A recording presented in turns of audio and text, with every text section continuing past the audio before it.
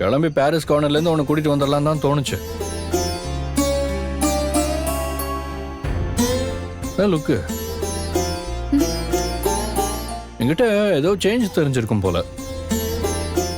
ஆபீஸ்ல எல்லாருமே இன்னொரு மாதிரியா பார்த்தாங்க. எனக்கு ஒரு மாதிரியா ஃபீல் ஆச்சு தெரியுமா? மந்திரிச்சு விட்ட மாதிரியா தெரிஞ்சா கண்டுபிடிக்க மாட்டாங்களா என்ன? என்னன்னு சொல்ல தெரியல.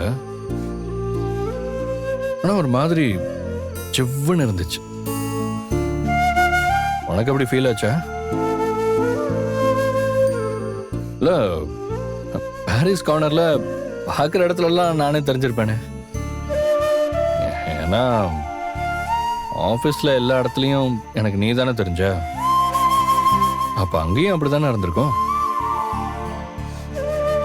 ஏய் என்ன நீ அப்பாட்டுக்கு பேசிக்கிட்டே இருக்க, நீ சைலண்டாகவே இருக்க.